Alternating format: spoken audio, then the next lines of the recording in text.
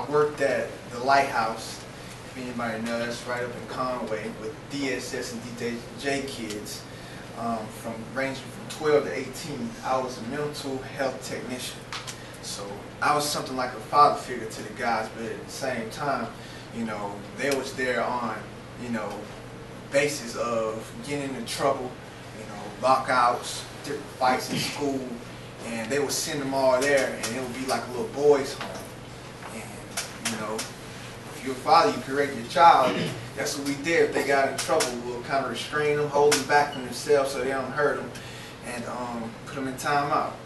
And so that job I did for a whole year. In 2008, I enrolled into Coastal Carolina, and I ended up playing that whole year in 2008. That first semester, that first year, I played the whole entire year. Game 7, I started the whole time all the way up until this past year. And the crazy part about that was they didn't offer me a full scholarship the first time when I got there in 08. Didn't offer me a full ride. I came as a walk-on. And that next semester, after the year was over with playing 2008, I did something kind of funny. I walked into his office, and he knew that Georgia was still trying to talk to me in a way that they wanted me to come back up there and play for them, but he didn't know what they had offered me. So I went into the room, well, his office at that time. I had on some Georgia shorts. And I went into the office, and he was like, "What you got them on for?" I was like, "Well, I mean, I'm not getting paid, so you know, didn't matter at the time." And I just came in there, watched film like I normally do. Next thing I know, I got a call that was like, "Come to my office." So I came to his office. That was that next day, and I ended up, he was like, "Look on the table." He had a big packet there. I was like, "What is this?" I turned it over. There was a full ride on the table. And I looked at it. I was like, "Man, this is crazy." I started to think for a second, like, okay, if I know I'm going to be here, I got to make the best of it. It was like a red or blue pill for me. The red pill for me, I know it's going to be hard. I know the struggles that comes with being at a lower level school and all the stuff you have to go through just to get recognition and where you at.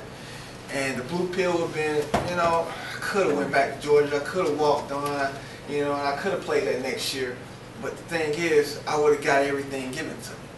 It wouldn't have been like I would have worked for it. I would have played there maybe 1 or 2 years tops, got out early, went to the NFL without a problem. First round, galore, everything you can think of. But at the same time, I feel as if I wouldn't have got better in myself. So therefore, I ended up looking at the full ride as a blessing and ended up taking the hard road. And that only made me better, I feel now, and stronger, just because I went through the stuff that I went through. Up there, I know it would have been much easier, but I wanted to take the easy road out, you know? So I did that and played my whole 4 years. I had that mind frame. In 2009, I set the Big South record for most interceptions, actually league interceptions. I had 8 interceptions. They took away 2, so it would have been 10, but it's all good. So I ended up setting the record with 8. And 2010, we ended up going to the championship, our sub-division championship. That was we won the Big South. And we went to the playoffs for the first time in school history. We lost the first round and came back in 2011. We had our best year since I've been at the school. We ended up 7-4, missed the playoffs though by 1 game, and that was Gardner Webb. And ended up now rolling into the pre-draft stuff. Oh man, that's been the most challenging thing in my life. A lot of you guys think it may be exciting just to do that. And yes, it is. It's very exciting. And I'm very fortunate, you know, to put myself in that situation and being drafted. But at the same time, man, the road that it took to get there, oh man, it was so hard. From November all the way up until, I'd say, 3 weeks from this day, 3 weeks ago. It's been tough. It's been really tough. The amount of hours you put into the gym, the amount of hours you got to wake up and fly on planes, it's unbelievable. It's a 7-day-a-week affair. 7-day-a-week affair. From early in the morning, from 6 o'clock all the way till 6 that night. It's a 12-hour job. You in the weight room. First, I just give you a scenario of my day. Where I trained at after I left school in November, it was December when I hired my agents. And the end of December is when I went down to Sarasota, that's in Florida. I will say this though, they had the #1 beach in the world called Siesta Keys. If you look it up, white you're saying, beautiful, beautiful place. But I ended up working there, well, training there from 6, like I said, 6 a.m. in the morning to 6 in the afternoon. A synopsis of my day: I wake up, eat breakfast, hit to the weight room. We worked out on the field. We did running drills. We did warm-ups, and that was for like 2 hours. And midday, it was around 12 o'clock. We did position drills for like the camps. They'll have like NFL coaches come out, and they would train us in the camps. Chris Winkie was the quarterback coach. What's his name? Smoot. He was a DB coach. He was one of my coaches. And they had a wide receiver coach. I want to know his name. He was one of the NFL's top wide receivers when he was coming out. But yeah, we did that from 12 all the way up until 2 o'clock. And we got a little rest in between 2 o'clock to 6 o'clock. And we went back into the weight room. We started the weight room at 4:30. And we didn't get out of the weight room until later on that day around 5:45, I say. And 6, we should be back in our rooms. And from 6 to 8, we would have like a pre-draft market to where communication matches, they would come in and show us how to talk to the media and do different things and events with us to try to get ourselves more pub for, you know, the other parts of the draft, pre-draft stuff. So it was a full night, it was a full day. And during that time, you know, I kind of like really was questioning myself, am I here to work out or play football? You know, they had us in so many different things to the point where I was just like, I want to quit, like I want to give up. It was that hard. But just because something is hard, you have to look at it in a better light. You know, I always light at the end of the tunnel, and I always thought of, you know, being in my position that I am, that the struggles, you know, they're going to come with that. I mean, it's just like I said earlier with the red and blue pill. What's worth, you know, something when it's easy? You can just take it. But you have to work for it. It makes you that much better. So I looked at it as that. From that whole time, I worked all the way up until, like I said, 3 weeks ago. And I was finally able to get a little bit of rest. And now I got downtime. I don't even know what to do with myself. But I was fortunate enough to get away and do a couple camps and, you know, do some things with OD Life and, you know, give back to the people. That's mostly why I'm here, and mostly what I like to do with myself.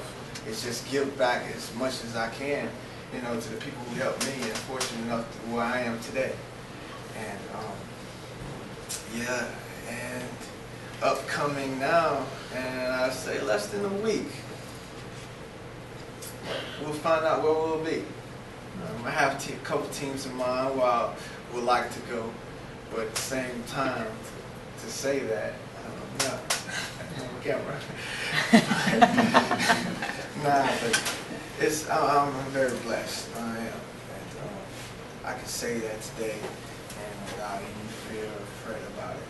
God's been truly good. I know you guys probably have questions. So. They call you just saying that. I know everyone, you can probably think of quarterback down with him and him coming in. Be honest with you, I'm going to tell you a secret. I really don't want that. But at the same time, you know, it's a business, so everybody gets shuffled in. Go ahead. It's your 40 time. 40 time. 40 time. The one I ran at the combine. The first one was like a 4.50. Then the last one I ran was they clocked at I think a 4.7. I led up at the end, and they had official 4.6. The one I ran here at Coastal, my pro day, was a 4.55 and was a 4.58. And the .1 on the grass that we was running made it a 4.45. 4.5. Wow. I don't know. Nah, that's nothing. Big guys are that's bad. No. I don't even know what that is. No. Sam. You only track in college? Yeah, I did. I didn't run track in college. They didn't let us. We like football for us was like a year-round sport. You know, we went all year to football. So those were fortunate I could. What are your other brothers doing, and how's your family dealing with you getting ready to go to the draft? Oh man, excited. They're more so than I am. They keep calling me. I got my oldest brother Chase. He call me every single day. Bro, they got you going here. They got you going there. Okay. I just hear that stuff is kind of crazy. But my oldest brother Naldo, he's probably turned 30 in May. He is playing for the Jacksonville Jam. It's down in Jacksonville. It's an ABA team. They just won a championship like last week. And my brother Chad is the one that keeps bugging me all the time. He is in Atlanta, Georgia. He played out in California when his time was. And he's 28. He's a realtor now out in Atlanta, Georgia. My brother Mario, the one he was at Coastal Carolina, he's now with the Georgia Force out in Atlanta. He's playing arena ball there, and he's having a really good year. His last year he played was for the Oklahoma Rattlers, I want to think, or whatever. And he had 13 interceptions. So if you would put my 8 with his 13, you would see that. It showed me up pretty bad, but yeah, and obviously that's me. And my little brother Philip, he'll be playing wide receiver at Coastal Carolina this upcoming year, so that'd be pretty cool. What's your max out on the bench? Max out? Oh man, I got it up to, at one point, it was like 365. So, you gotta think about it, I got long arms, so it's kind of, push that up. 225, I did 15, so.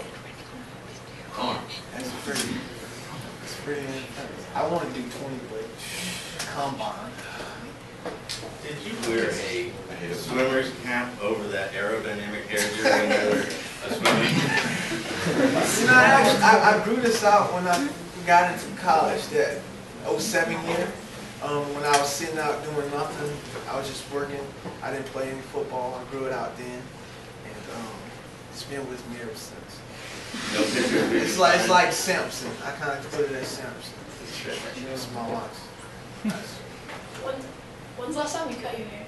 Last time I cut it was 07, 06. It was 06 after the state game. We had Mohawks. I had a Mohawk in the state game, 2006. And then December of 06, that's when I decided I wasn't going to cut it. So. Is there one quarterback you really just want to pick off in the NFL? You really just watch him and you really don't like him? We don't say don't like, that's bad for the camera. You really just really want to pick him off. I say, who is that guy? It had to be out of two of them. I would say him. Y'all go crazy. Tom Brady. I just got to. Him, Tebow, and one more other. Peyton Manning, just because Peyton Manning, like, I can say that about Tebow because we cool. But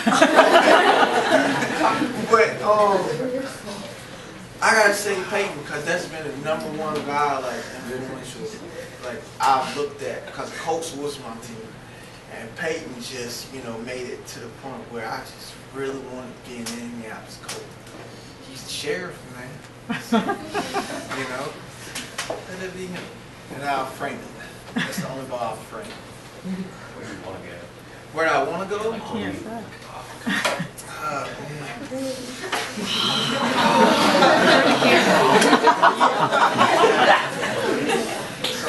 who got a favorite team? Who's got a favorite Patriots. Giants. Seahawks. I was bandwagon like a few years back and then won it and then back. Pete Carroll there now. I really like Pete. Wow. I don't know. I'm a Carolina boy, so. No, please don't. I'm not saying they're my team. I'm just saying I'm a Carolina boy. That's a question. I gotta get back to you. Did you enjoy going coastal? Did I? Yes, I did. I enjoyed Coach Carolina. The most part I enjoyed about it though was playing the game itself.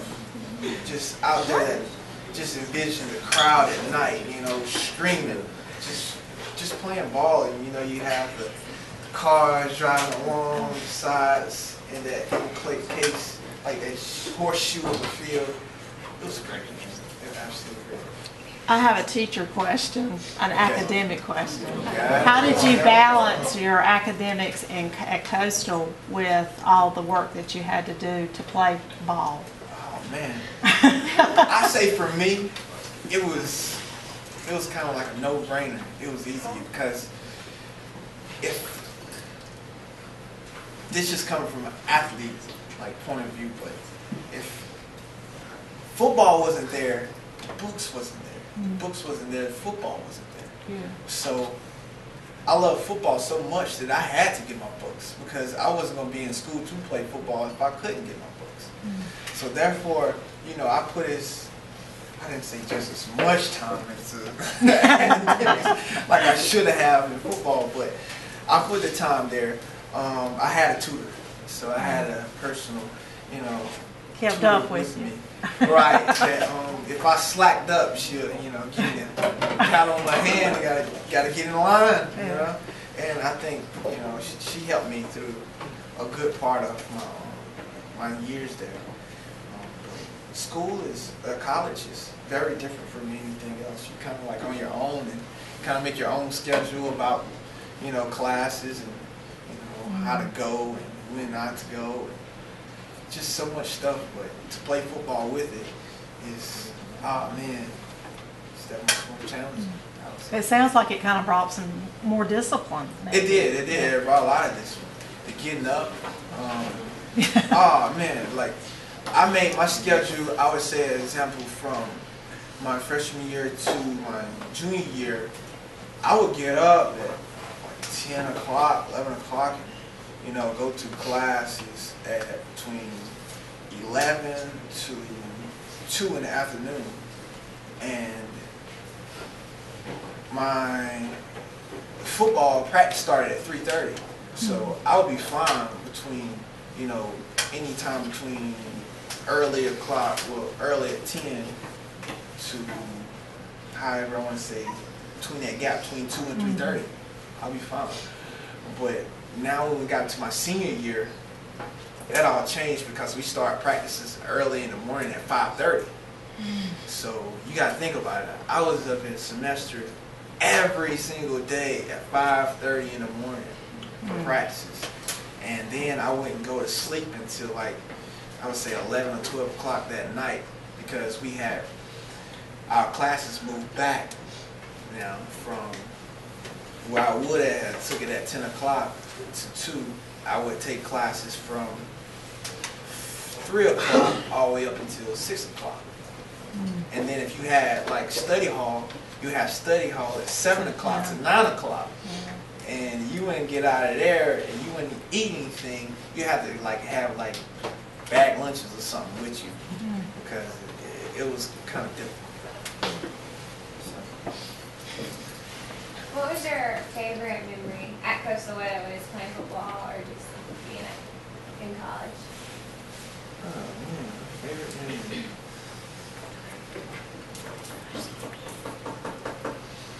My favorite memory was getting that first year. I want to say that first year, I was a major, actually, I majored in dramatic arts.